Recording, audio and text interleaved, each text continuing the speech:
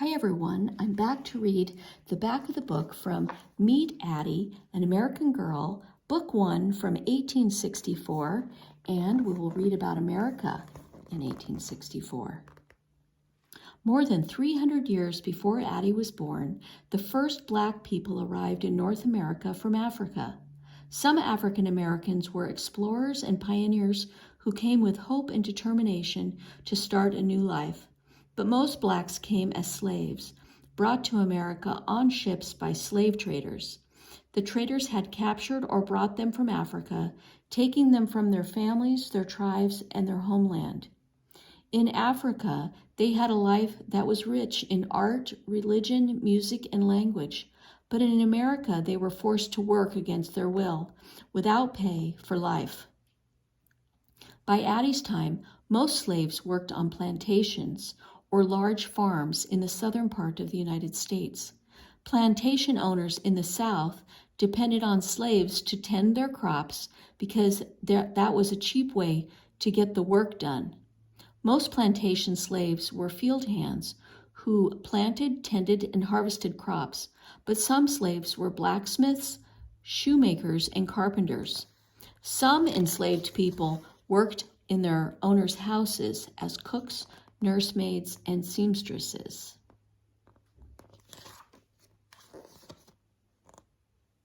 But treatment of slaves varied widely.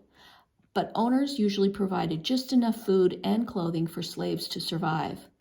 Most slaves lived on their owner's plantation in one-room cabins with dirt floors and a few pieces of poor furniture. House slaves had better food and clothing than those who worked in the fields, but they often had to live in their owners' homes apart from their families. Owners might punish their slaves by making them eat tobacco worms, just as Addy had to.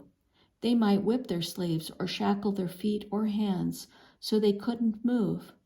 Worst of all, owners could divide up and sell slave families as Addy's owner did. Enslaved people maintained strong family ties when they were allowed to live together, and even when their families were broken up.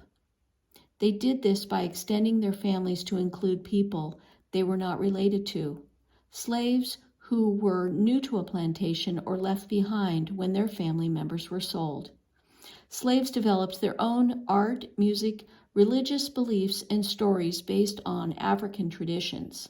They passed along to their children stories, names, and knowledge from Africa. For example, Addy's whole name, Aduke, came from Yoruba, one of the languages in West Africa. Words we still use today like yam, canoe, and banjo come from various West African languages.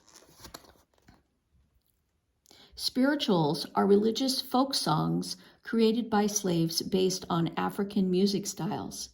Spirituals express the singer's suffering and protest and their hope for freedom. Slaves also sang spirituals to send secret messages to each other that the slave owners couldn't understand.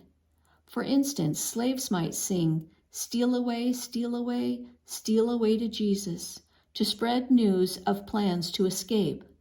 Spirituals remain popular today.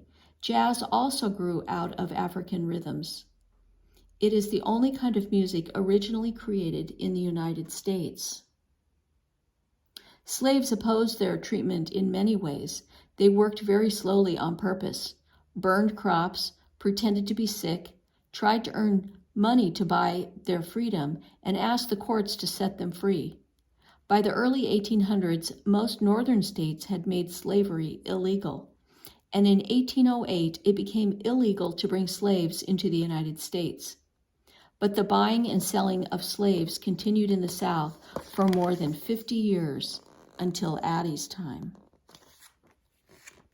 People who were against slavery were called abolitionists. As slavery grew in the South, more and more people, especially in the North, became abolitionists. Abolitionists, both black and white, helped slaves escape on the Underground Railroad. The Underground Railroad wasn't a real railroad. It was a series of routes and hiding stations leading north to freedom. Escaping slaves traveled at night, hidden by darkness, usually to the northern states or Canada. Harriet Tubman, an escaped slave herself, secretly returned to the South 19 times to guide others to freedom. Escaping required great courage because runaway slaves who were caught were brutally punished. When Addy and her mother escaped, northern states were fighting against the southern states in the Civil War. This war had many causes, but one of the most important was the disagreement about slavery. People in the North felt slavery should not be legal.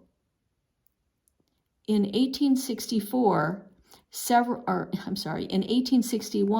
several southern states seceded or separated from the United States. These states formed their own nation, called the Confederate States of America. President Abraham Lincoln believed it was wrong for the southern states to secede, and he eventually declared war against the South. That war is called the War Between the States, or the Civil War. In the beginning, Lincoln declared war to keep all the states in the nation together, not to end slavery.